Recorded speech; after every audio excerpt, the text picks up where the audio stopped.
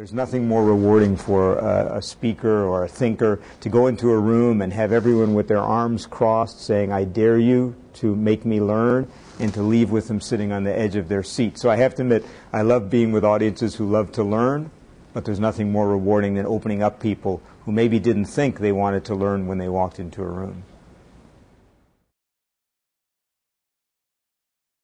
I recently did an event for leaders at Walmart at their corporate headquarters in Arkansas.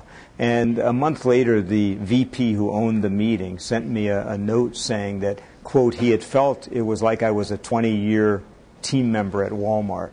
And, you know, I think as speakers, it's our responsibility to really know our audience and to connect to the message that that group needs at that time. So there's 4 simple steps that I follow every time.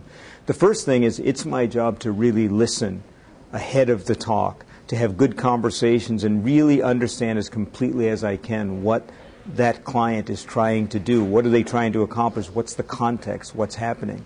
The second thing is I encourage the client to send me everything that they can, their mission, their values, their strategy, their engagement surveys. And I read this stuff voraciously. I also start looking everywhere I can, the internet and newspapers and magazines, for things that are relevant to that audience.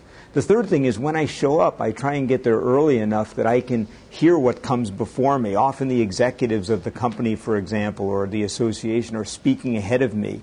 And even at the last minute, I often find there are some important tidbits that I pick up right there. And people often say, well, I was impressed that, you know, even 15 minutes before you were able to integrate that in.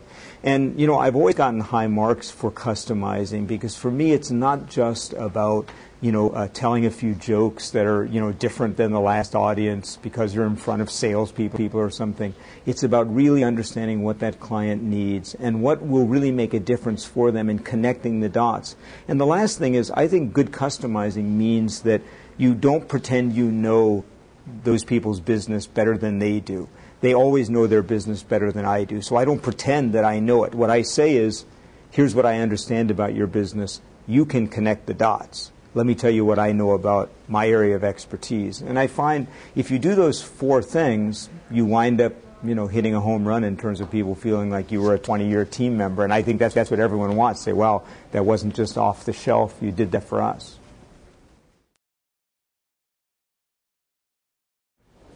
To me, a memorable event isn't just about how I feel. I've done some memorable events. I've spoken to, 5,000 hospice, staff people who were working with dying people every day, and I was inspired by those people. So sure, that's a high.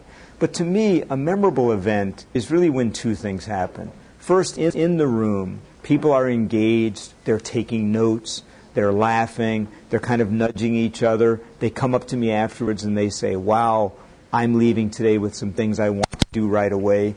And, that to me is a memorable event. I have lots of those. The second thing that makes a memorable event is 2 months later, often a year later, the client will call me up and say, you know what, we're using your concepts in our organization. People are still talking about that story you told.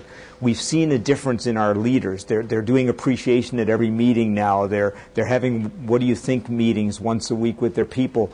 And so in that sense, maybe it sounds arrogant, but I feel most of my events wind up being memorable events because most of the time those 2 things happen. So I, as a speaker, try to separate my feeling of being, kind of on a high in the room and feeling great about being there from what really makes it a memorable event, which is what happens for the people in the room. Sure, I've had some memorable events where I felt great, but at the end of the day, it's not about me.